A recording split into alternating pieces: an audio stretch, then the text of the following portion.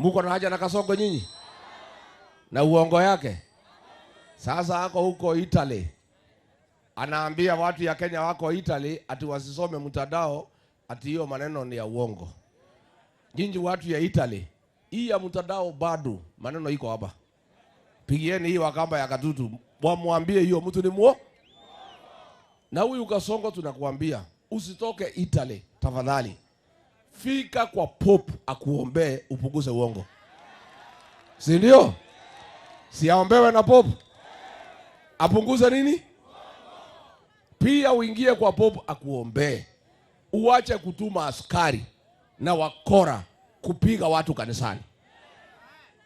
Akuombee Pope, uache kusema Gen Z wapigwe risasi mguu. Si mtu aombewe? Si maombi naweza fika? Hii hata hii mtu akiombewa anaweza badilika mkiona? Kasongo anaweza badilika?